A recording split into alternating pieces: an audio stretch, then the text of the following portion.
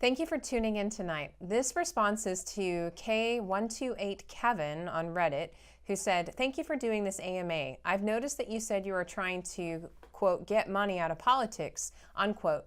Can you elaborate on what you mean and how we can go about doing this? I think that this is one of the most important issues in our country today." Thank you so much, K128kevin, for this question. I think I agree. This is absolutely one of the most critical issues facing our government right now.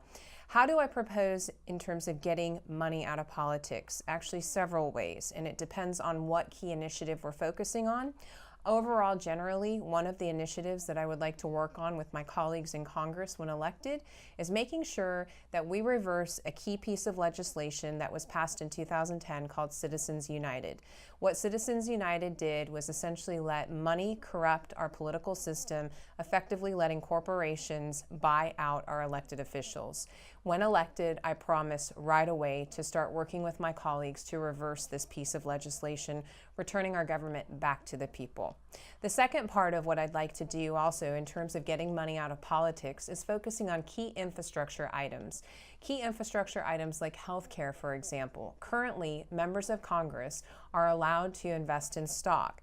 And you look at our current district, the 3rd Congressional District of Tennessee, Chuck Fleischman is heavily invested in healthcare stock. I think this is highly unethical as he is able to impact votes, which then would impact the profitability of his stock portfolio.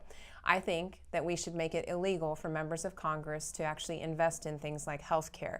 It would really take an unethical situation to a very clean situation right away. And I think that we also need to control prices in healthcare.